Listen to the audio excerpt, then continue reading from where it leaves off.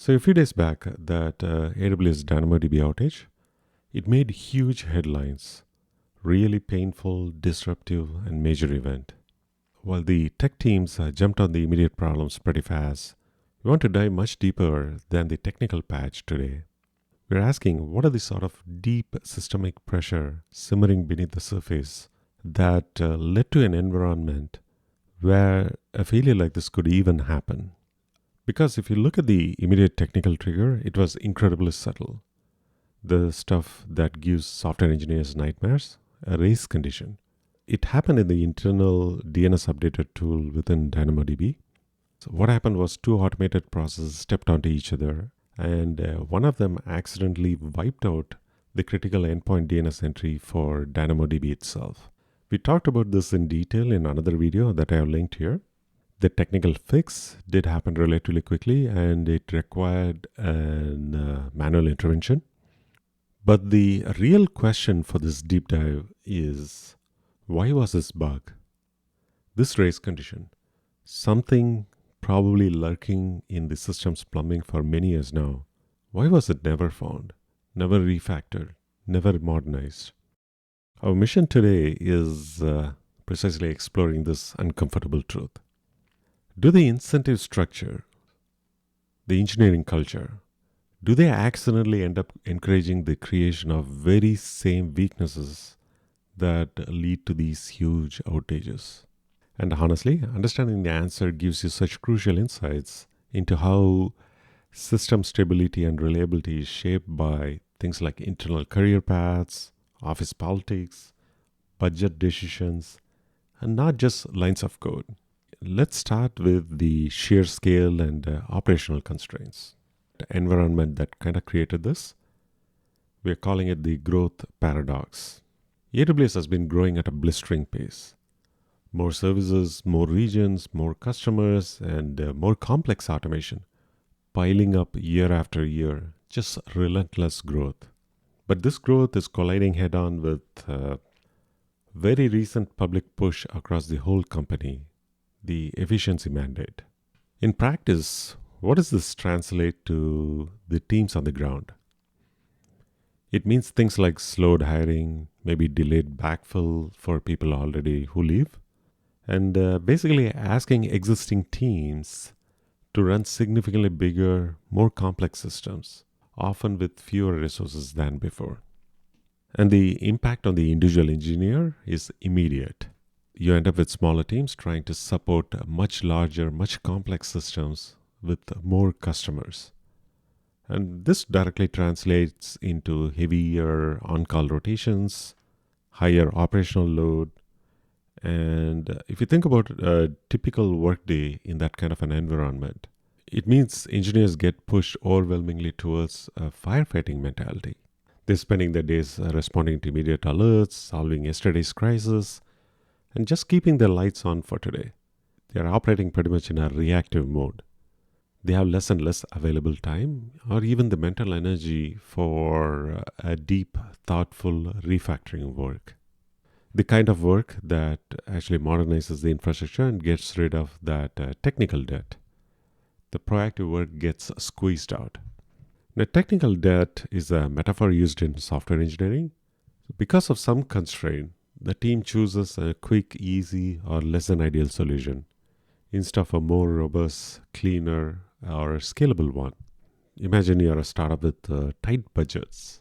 The ideal solution might be too expensive or too time-consuming to build right now. So you implement a quick, cost-effective workaround that gets the job done with the intention of revisiting it and improving it once the business grows and once you have more customers. However, by the time you are successful, your system is running at a much larger scale. Now that temporary workaround is deeply embedded, much harder to replace, and far more expensive to fix. So that's a technical debt. And who bears the brunt of this efficiency mandate and scarcity the most, the time scarcity the most? It's often those invisible plumbing teams, the ones that are maintaining the internal tooling, DNS updater, DNS planners, orchestration services, metadata services, and control plane automation teams. All those foundational stuff.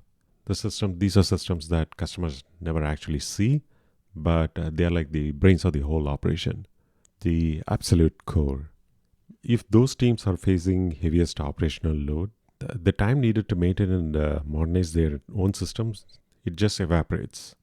That is the perfect incubator for the sort of technical debt that we see eventually blowing up into large scale outages.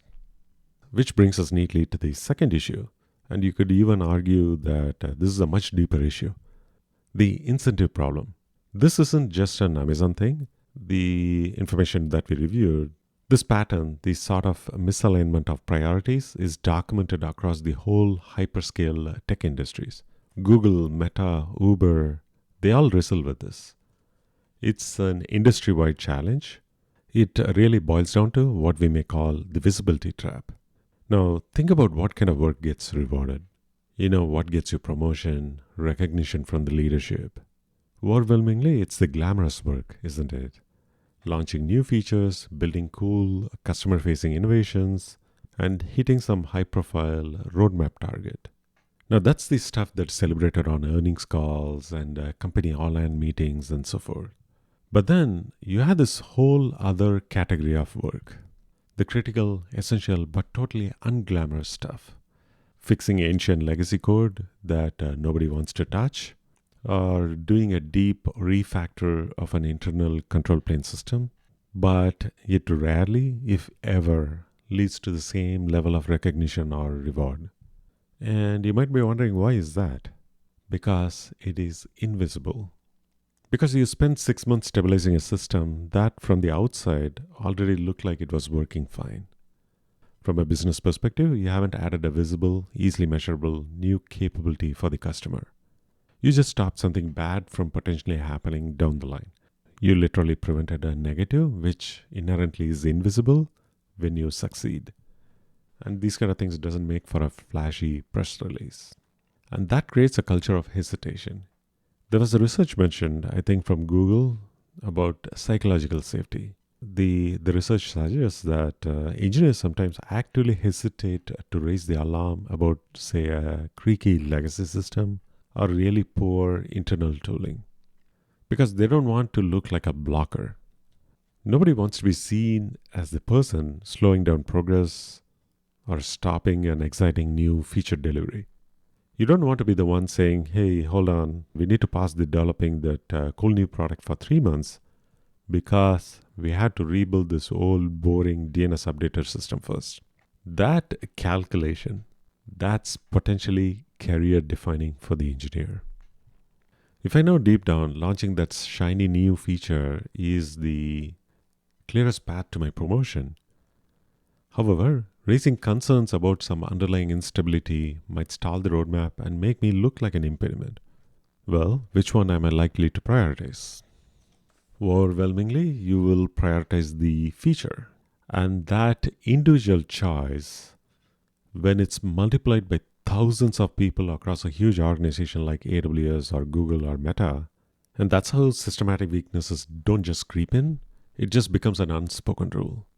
It almost becomes an institutional policy by default. Let's try and synthesize this now and see how the technical debt actually builds up. Let's put ourselves in the shoes of the engineer or the team that manages the DNS updater that we talked about earlier. You're on the team, you know the system is old, maybe uses outdated ways of keeping things synchronized. It has weird edge cases and definitely needs modernization. You see the risks. But you're also facing a roadmap that's already packed. There is a constant pressure from the management, from product teams to deliver the new services. The kind of things that bring in revenue or attract new customers. The kind of stuff that the business understands. And then you look at this big necessary refactoring project. Let's say it's a 6 months project to a complete rebuild of the core DNS automation logic. And instinctively, it delivers 0 new visible features for the customer. It is essentially an operational hygiene, like brushing your teeth. Important, but not exciting. Crucially, it's probably not seen by your manager or manager's manager as a promotion project. It doesn't tick the boxes for career advancement in the same way launching a new service does. Because that vital refactoring isn't tied to a promotion cycle or a big launch event, what happens? It slips. Maybe it's scheduled for next quarter and something else comes up. And then it gets pushed again to next year. Eventually, it falls into the background as unaddressed technical debt.